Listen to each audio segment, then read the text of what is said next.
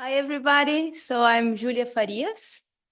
I'm going to share a little bit about experiments we've been doing at USDA in Arizona and what are the next steps in our project. So I would like to start talking a little bit about USDA ERA-S. What is the mission? A little bit about Southwest United States. And then the different experiments we've been working on and what are the next steps. So my background, I'm a biologist and I'm an agronomist. And then I was kind of everywhere in grad school. So I had a master's in animal science, one in agrobiology, and one in agronomy with extension in food security. And currently, I live in Arizona. I work with USDA at the Arid Land Research Center. So I want to navigate you guys through a little bit of the USDA ARS mission. It was something different for me. Before USDA, I always work in academia, like in universities, and there are little nuances that are different when working under this federal job. So hopefully this is also going to help you guys understand how we do the research and why we do what we do.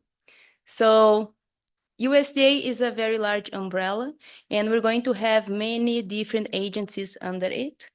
ARS is one of them. So ARS stands for Agricultural Research Service. So what is the deal with ARS? We should conduct research, scientific research to address any issues that might impacting agriculture.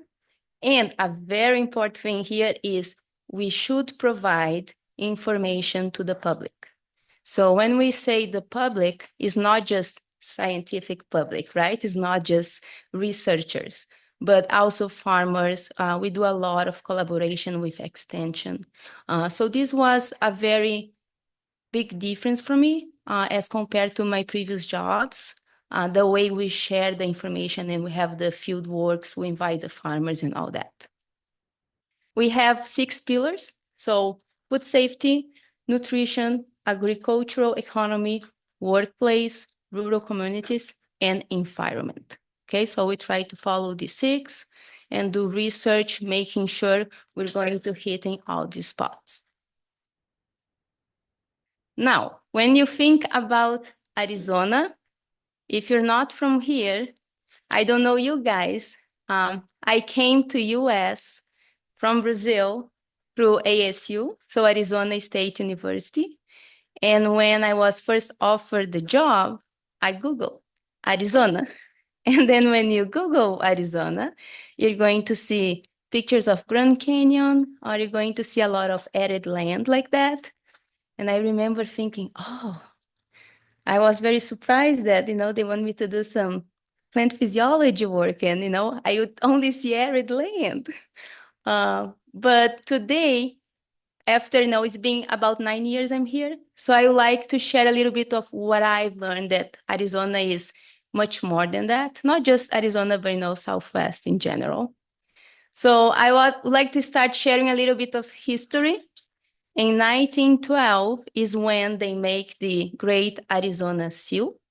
If you're not from United States like me, basically it's going to be an image with different things that contribute for the economy. So if you go to like gift shops, like souvenirs, often you see for each state has one. So 1912 is when they made the Arizona one. And they came with the 5 C's. So the 5 C's of Arizona were back then copper, cattle, cotton, citrus, and climate. And this is still true to this day. Arizona is still one of the biggest mining nations in copper. They still big in cattle. They still produce cotton. We still have citrus. And what is different here and that I want to bring today is the climate. So you see back then they would say climate is important for the economy due to the tourism. So we can bring tourists here or even Americans that don't want to be in snow during the winter time, so we call them snowbirds. So when it gets cold, they go south to Arizona. But now climate, it's very important because of agriculture, because it allows Arizona to have crops during the winter time when other places are not able to have due to snow. But how can we have plants in the desert? Well, the reason why we can have plants in the desert is because of irrigation system. Where I'm from, as a little kid, I would heard, if you're a farmer, at some point you will pray for rain. In the desert, they don't pray for rain, they pray for snow, because over 90% of water used in agriculture comes from snow melt, okay? I would showcase a little bit of Yuma. Yuma is a city in Arizona, United States. And if you're in US, doesn't matter which state you are. If it's winter time and you're having lettuce, and that can be in a burger, or that can be in a Caesar salad, chances are it's coming from Yuma. Yuma produce over 90% of lettuce in US during the winter time. They are also big in other crops. They produce wheat, they have watermelons, citrus, and other veggies like peppers. So in case of Yuma specifically, most of the water comes through the Colorado River, who is filled by, snow melt. And then you have a diverse point where it's going to be a dam and is distributed through the water canals. Okay, so we have these water canals going throughout the state, and that's how we can get water to irrigate those crops. Now, Yuma is such an important place when it comes to agriculture, and on Arid Land Research Center, we really wanted to test some of the things Jonas was showing, some of the materials he synthesized, and also urine that Trevor was working with. So my supervisor told me, oh, I need to go to Yuma to get some soil. We knew we wanted to do some pot experiments, but we wanted to be specifically soil from Yuma. And you might be wondering, oh, what type of soil we have in Yuma? So we have, a great variety of soil, but specifically for lettuce, which is, their main crop in the winter. They're normally going to use soil that is a silt clay loam, is 55% silt, 35% clay, and just a tiny bit of sand. And I know because I did the texture of the samples we got from there, have a very, very slow time to transport water. So when they do irrigation, you're going to see these fields flooded because it really takes a long time for them to be absorbed. Even as a pot, a small pot with 1 kilogram of soil, it takes in average, once I get the soil, I grind the soil, all that. And then I add enough water to reach 70% field capacity. It takes over 2 hours for the water to actually go down. So it's very interesting soil, and as it starts to dry, it cracks because we're going to have the retraction of the clay part of it. So it is a little bit challenging at the beginning, but lettuce really respond well to this soil. If you're wondering when they start producing there, when we had the water canal, they started in 1901, the project to reach Yuma, and by 1940, it was finalized, okay? So it's been a great producer for a long time now. So after we got soil from there, the first time I went, I got 300 kilograms of dry processed soil. And the second time I had 700 kilograms of dry processed soil. It was more than that at the beginning, but once you process, I'm out of soil again, so I'm going to go there again. But these are some of the experiments we did in both growth chambers and greenhouse. So what I did is I test some of the products Jonas was talking this morning, and I use as a control, this is regular urea, okay? So in this side, we're going to have pictures, and these are weekly pictures. So you can see how lettuce change week by week. And then in this size is the same, but with organic sources, okay? So in here we have urine, we have biosolid, manure, regular urea, and then we have combinations. Manure with urine, biosolid with urine, and biosolid with manure. So what I noticed in both experiments, one thing is how much nitrogen you're adding as a number, like total nitrogen, you do digestion. Another thing is how much of this nitrogen is being released to the plant throughout the plant cycle in a form that can be absorbed and used by the plant. So if we look here, the co-crystals, the urea co-crystals, they grew as well as urea, numerically actually heavier, but not significantly different. But then the ones from bicarbonate, they were all behind, right? So they always started with the same amount. And if you do a simple extraction, like a KCl extraction, what will be more available? They're all the same. But then if you do digestion, you're going to see that at the end of the cycle, I still had more nitrogen in these top ones. So wasn't ideal for lettuce because in this setting, the plant didn't have enough nitrogen to meet the needs throughout the cycle.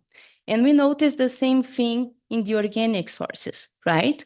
So especially manure, where most of the nitrogen was in the organic form, we didn't have enough activity from bacteria to make this available to the plant. Keep in mind that this is an arid soil, and even though they produce a lot of plants, if we compare soil respirations vials, for example, it's much lower than a soil from like Iowa or Arkansas or anywhere in the Corn Belt. So we don't have as much bacteria activity in these soils.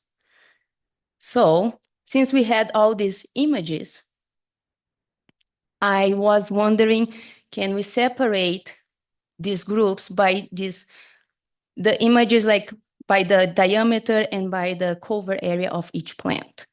So in here, we can see 3 groups. We had the control with no nitrogen added, so much lower. And then we have the bicarbonate ones, and then we have urea ones, right? So you can see how as the time goes by, these get more accentuated, those differences, how really those plants were lacking in nitrogen to be developed. Now, I want to show here that even visually, without doing the soil analysis, after 40 days, we could still see the material on the soil, right? So, I mean, we're seeing there, it tells us wasn't, available in the soil solution for the plant. Makes sense, the plant was behind. We saw the same thing for organic sources. So you can see here is manure. With the lights, maybe you cannot see, but it's mixed with biosolid. So the biosolid we used had a more black color. And then here is once we harvest, this was the stem. But you can see that most of the manure and biosolid was still there, right? So hasn't been degraded. I want to point out that the one with organics, it was like from a main project that it was for risk assessment. And this was a side thing. And for risk assessment, basically they want to know if by using different sources and reclaim water, you have a higher chance to have contaminants or to have any resistant gene bacteria. And they also want to know if we can transfer that. So they forced us to get leaching from the pots. So in this system, we have the plant. I would add water all the way to 100% filled capacity. And then I would add 300 mL more. We had 1 kilogram. And then I would get the leachate in the bottle. And then I was the one doing the analysis of pharmaceuticals, PFAS, and then ASU crew would do the bacteria part. By doing that, imagine that everything that was slowly being released from those organic sources was being washed out. So probably that's why you see this higher difference between the organic and the regular urea. The plants were responding very well to urine. I was very surprised until we did the first wash, because probably most of this nitrogen from the urine has been washed. I want to show here something that caught my attention, that we add 3 seeds per pot at the beginning, and then we thin out, in the second week. So within 2 days, the urine have significantly stimulate the germination of lettuce seeds. And it was very clear when we would see that. So you guys can see that urine itself, or anything that I mix urine with, so both biosolids and manure, they have higher germination than even regular urea. So I told Trevor, I'm very interested in testing urine more. I'm not sure at this moment why, this happened, but something interesting to keep in mind. So I had all those images, and then my supervisor said, "Oh, we're spending so much time in this pot experiments. You need to get something out, like else out of that. Try to do something with the imaging." So when you think about nitrogen and you think about plants, you're going to think about chlorophyll and how it's present in the molecule of chlorophyll. So I was wondering, maybe I can have some difference in pigments. So I did quantify chlorophyll A, B, total carotenoids in the lab. Wasn't like a great difference, but then I've learned you can check different color spaces if you have a good enough picture of the plant. So when we were taking these pictures, they were always the same angle, the same light. We have the tripod. So we tried to do that. We had some challenges. So if you want to do this in the future, perhaps don't use green pots, which I used. And you can see here. So basically, we were using Python to get the green part of the plant. And then even some of the manure and some of the co-crystals, they would produce similar color spaces as we have in leaves. So now we have to do a mask color. Basically, we have to block some filters, right, to get just what is the plant, which is what we have here. And then I thought problem solved, but then it wasn't solved, because this is just few examples of the color spaces I got. And if you look, the behavior, it's so perfect, right? It looks just like the area of the plant. The reason why that happened is when you're getting all these calculations through Python, sometimes when it goes from one of the softwares you're using to the other, the second one would quantify the black pixels. So basically, this is color space, including the size of the plant, which is interesting. If we look at the depletion experiment, you're going to see that the urea is going down because the plant was getting chlorotic. So very interesting, not what we were looking for. So next step was trying to figure out how to do a new mask set of color spaces. To make sure we have it working this time, we got the samples with the entire plant, and then we just cropped a little bit of one of the leaves. I would make sure to use, a leaf that is a source, not a sink, and also not senescence leaf. And then we'll compare the values, because they don't need to be the same. They won't be, but they need to have a similar response. So once we did that, after a few months, we got it. And now we have more of this type of response, where we don't have that exponential growth, but we still have the formation of groups. I want to go ahead and explain why we have this behavior. So lettuce plants, they've been free to respond to, fertilizer and water, especially the cultivars we use in Arizona. So they don't have a very large root system, okay? So they're not very efficient in absorbing nutrients. So it's been shown that for the system we have in Arizona, you have a much higher yield if you divide your nitrogen in multiple applications. So it can be divided in 2, in 3, in 4, even 5 sometimes.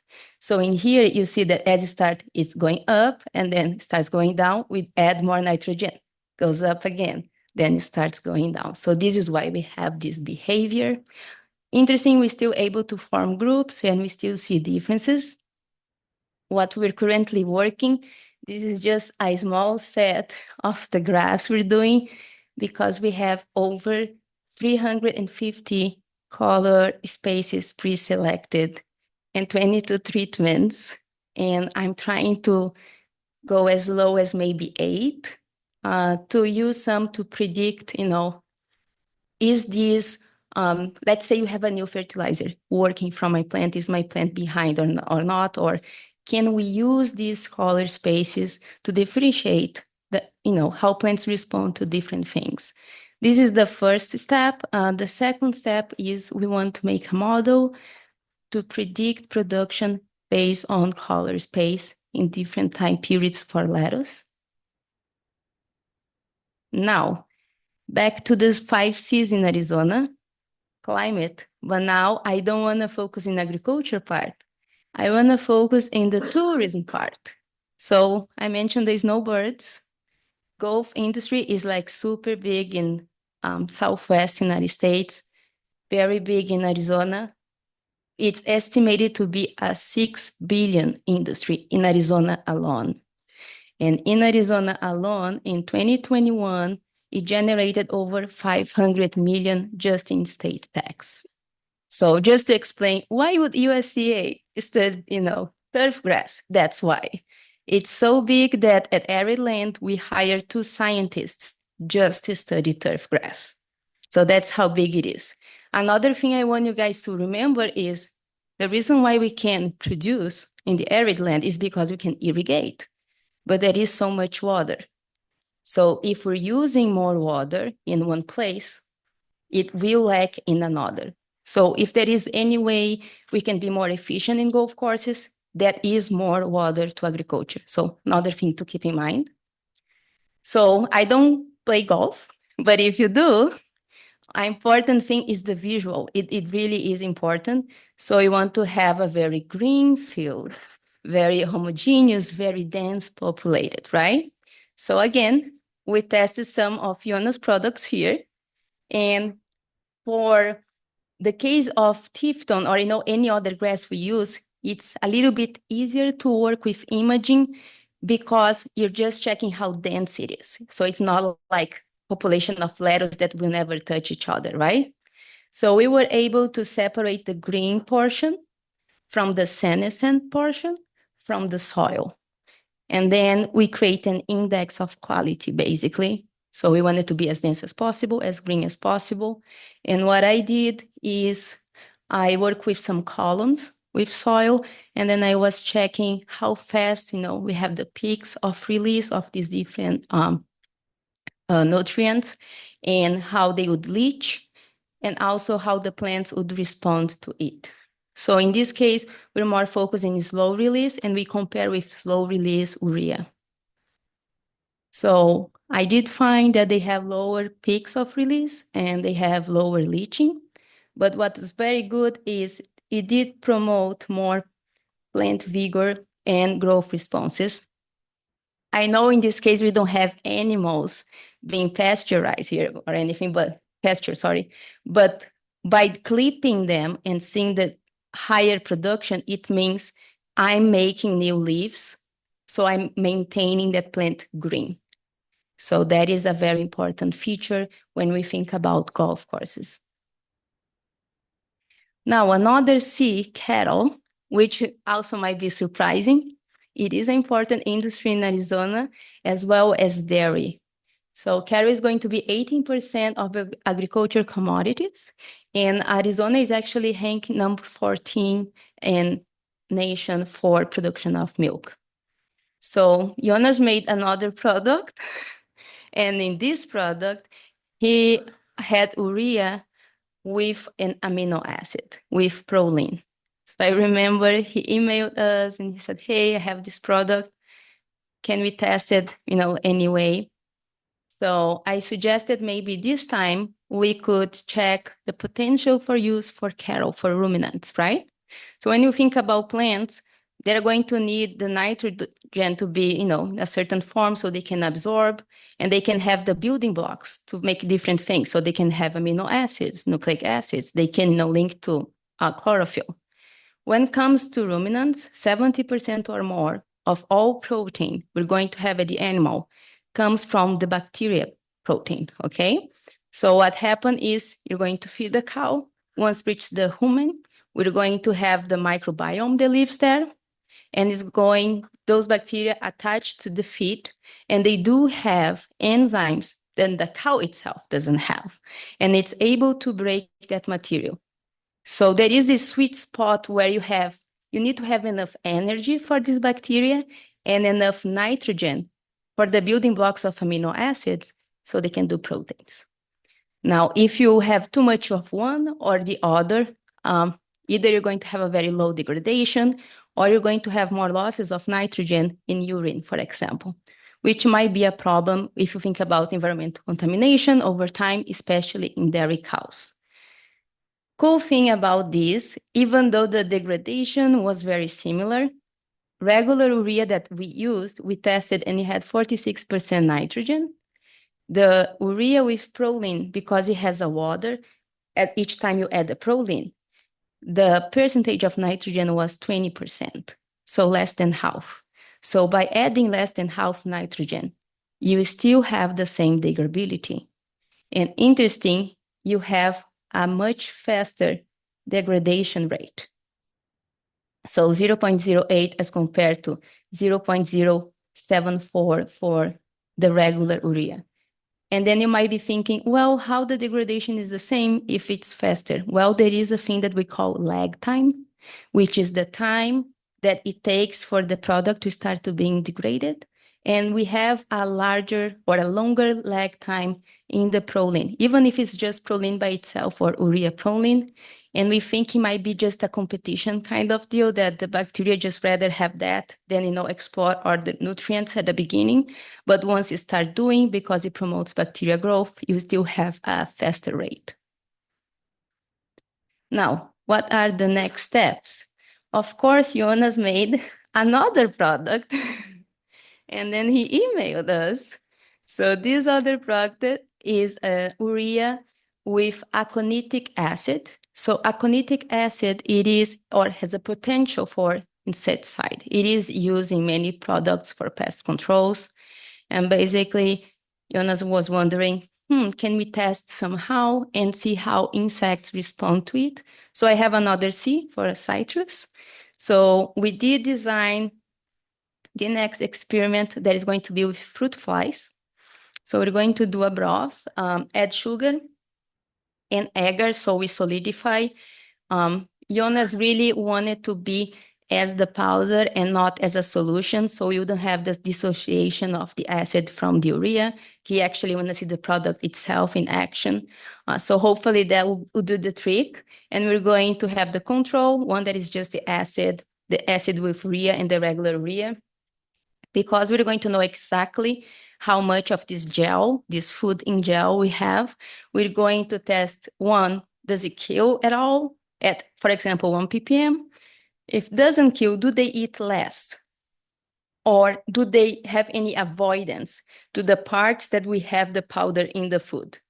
So this is the next one. And after that, we're going to do our first field experiment in Yuma.